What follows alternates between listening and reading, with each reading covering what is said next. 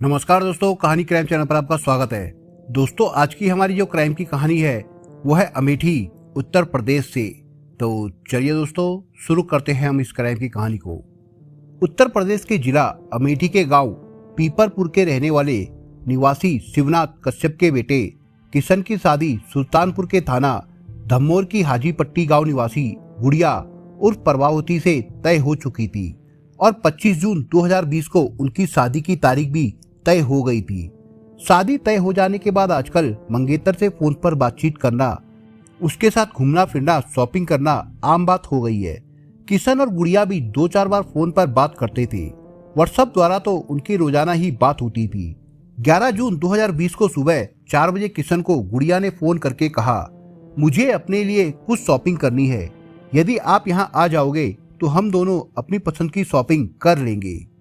किशन ने हाँ कर दी और वो उस दिन अपनी मंगेतर के बताए स्थान पर चला गया। जाने से पहले उसने ये बात अपने घर वालों को बता दी थी। वो चला तो गया लेकिन वापस नहीं लौटा। घर वालों ने किशन के मोबाइल पर फोन किया तो वो बंद मिला।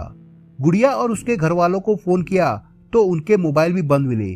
अगले दिन शिवनाथ बेटे की तलाश में अपने गांव से 30 किलोमीटर दूर हाजी पट्टी गांव स्थित गुड़िया के घर पहुंच गए।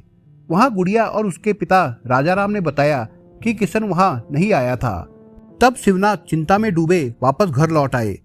घर पहुंचे तो घर पर गुड़िया की मां कुसुमा और मामा काशीराम को मौजूद पाया। उनसे पूछा तो उन्होंने बताया कि वो किशन के घर ना आने की बात बताने आए थे। इसके बाद वे लोग चले गए। इसके बाद विश्वनाथ ने बाजार व भीड़भाड़ वाले इलाकों में जाकर अपने बेटे किशन की फोटो दिखाकर उसके बारे में पूछा कि किसी ने उसे कहीं देखा है, लेकिन कोई किशन के बारे में कुछ नहीं बता पाया। थक हारकर 14 जून 2020 को शिवनाथ ने पीपरपुर थाने में किशन की गुमशुदगी दर्ज करवा दी। 16 जून 2020 को सुल्तानपुर के थाना कोतवाली देहात के अलहदादपुर में शारदा सहायक नहर में लोगों ने किसी नवयुवक का शव पड़ा देखा। लोगों ने उसकी सूचना कोतवाली देहात पुलिस को दे दी। सूचना पाकर थाना प्रभारी देवेंद्र सिंह कुछ सिपाहियों के साथ घटना स्थल पर पहुंच गए। मृतक की उम्र लगभग 25-26 साल थी। शव कई दिन पुराना लग रहा था और पानी में पड़े रहने के कारण काफी फूल गया था। अनुमान लगाया गया कि शव कहीं से बहकर आया है। फिर भी वहां मौजूद लोगों से शव की शिनाख्त कराने की कोशिश की गई, लेकिन कोई भी शव को पहचान नहीं पाया। शव के कई कोणों से फोटो खींचकर देवेंद्र सिंह ने शव को मोर्चरी में रखवा दिया और फोटो अखबारों में छपवाकर शव की शिनाख्त की अपील की। किशन के किसी परिचित ने अखबार में किशन के शव का फोटो देखा तो वो पहचान गया। उस व्यक्ति ने वो अखबार शिवनाथ कश्यप को दिखाया। फोटो देखते ही उनकी चीख निकल गई और उनके घर में सभी रोने लगे। शिवनाथ घर वालों के साथ सुल्तानपुर के थाना कोतवाली देहात पहुंच गए। वहां उन्होंने शव देखा तो उसकी शिनाख्त किशन के रूप में कर दी। किशन बचपन में जल गया था। उस जले का निशान उसकी पीठ पर था। वही निशान उसकी पीठ पर मिला, लेकिन मुकदमा देहात कोतवाली में दर्ज नहीं किया गया क्योंकि अमेठी के पीपरपुर थाने में गुमशुदगी पहले से ही दर्ज थी, इसलिए वही हत्या का मुकदमा दर्ज कराने को कहा गया। शिवनाथ पीपरपुर थाने पहुंचे, लेकिन वहां उनकी एक नहीं सुनी गई। उन्होंने थाने के कई चक्कर लगाए, लेकिन कोई कार्रवाई नहीं हुई।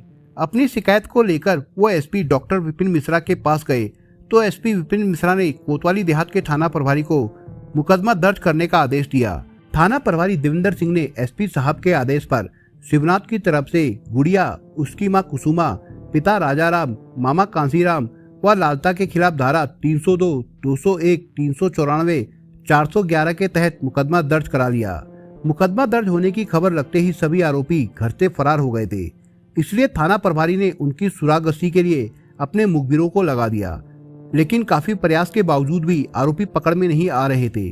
समय बीतता गया। लगभग 1 साल का समय होने ही आया था कि 9 जून 2021 को कोतवाली देहात थाना प्रभारी देवेंद्र सिंह ने एक मुखबिर की सूचना पर गुड़िया, उसकी मां कुसुमा, पिता राजाराम और मालती देवी को लोहारा मऊ बाईपास से गिरफ्तार कर लिया।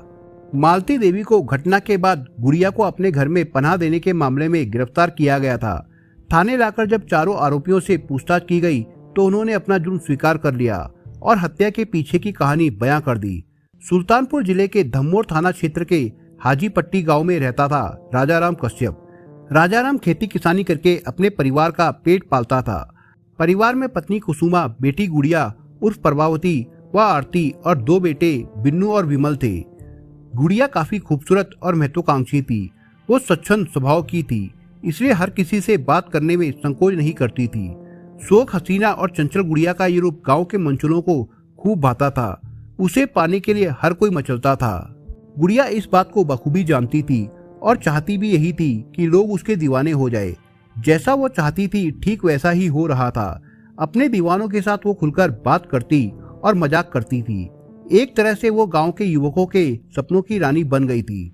गांव के ही उन युवकों में सादाब भी था। सादाब दिखने में काफी आकर्षक था और बातें भी अच्छी कर लेता था। गुड़िया की नजरों को सादाब भा गया। गुड़िया ने महसूस किया कि जब भी सादाब उसके आसपास होता था तो उसकी नजरें उसी पर टिकी रहती थी।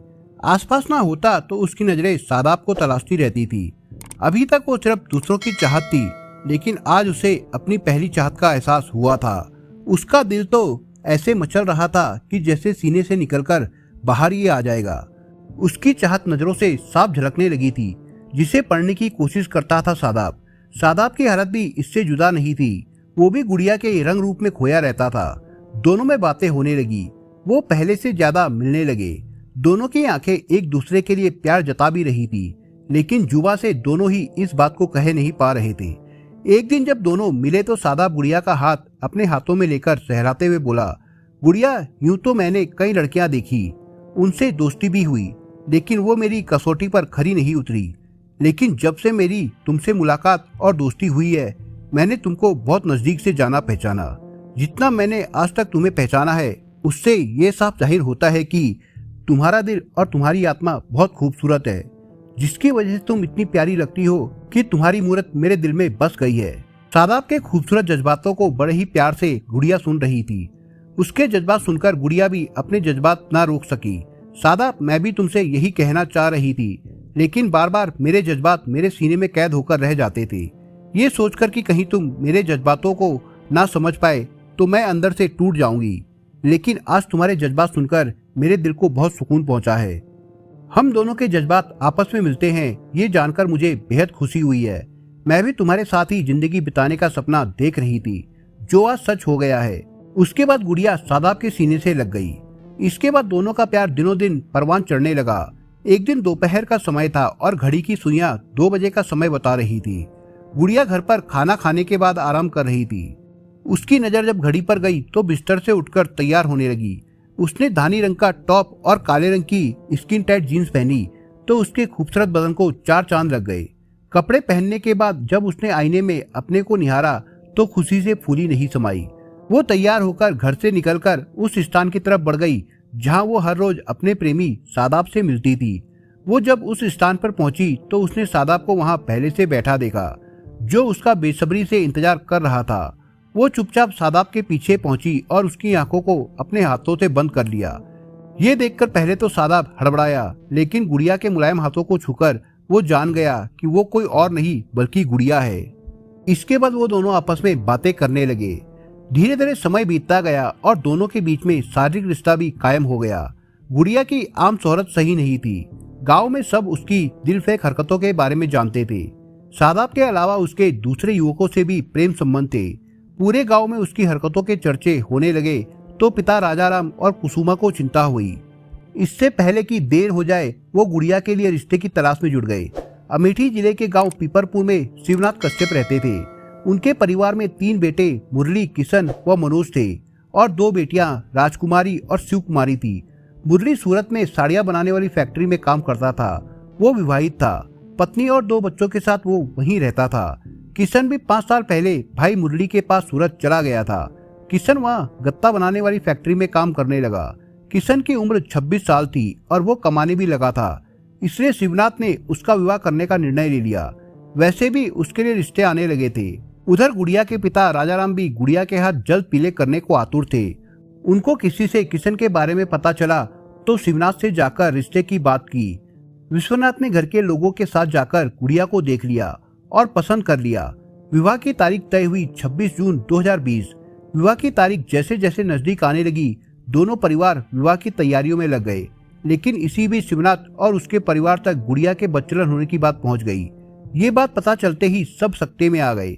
घर वालों ने सोचा कि ऐसी लड़की को घर की बहू बनाना किसी तरह से सही नहीं होगा।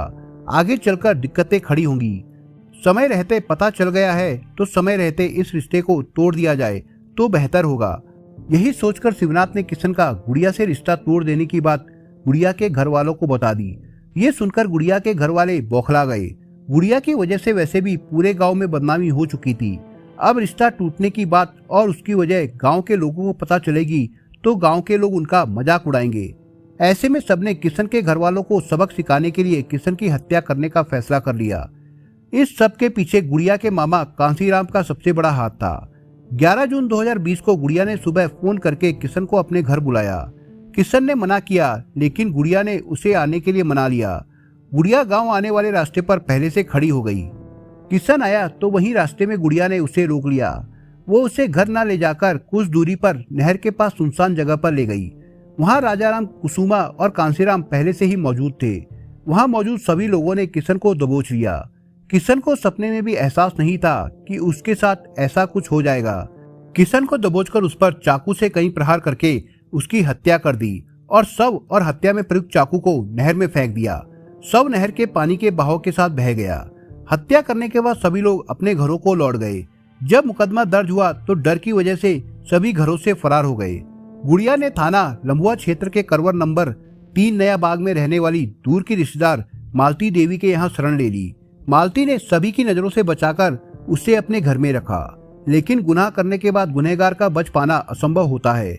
गुड़िया, कुसुमा, राजाराम भी बच न सके और पकड़े गए। गुड़िया को शरण देने के मामले में मालती को भी गिरफ्तार किया गया। उसे धारा 216 का आरोपी बनाया गया। कानूनी खाना पूर्ति करने के बाद चारों को 10 जून 2021 को न्यायालय में पेश करने के बाद जेल भेज दिया गया था। दोस्तों, इस कहानी के बारे में आपके विचार क्या है हमें कमेंट बॉक्स में जरूर बताएं। और दोस्तों, अगर आपको हमारा काम पसंद आया हो तो वीडियो को लाइक शेयर जरूर करिए। और अगर आपने अभी तक चैनल को सब्सक्राइब नहीं किया हो तो जाने से पहले चैनल को सब्सक्राइब जरूर करिए। दोस्तों, धन्यवाद।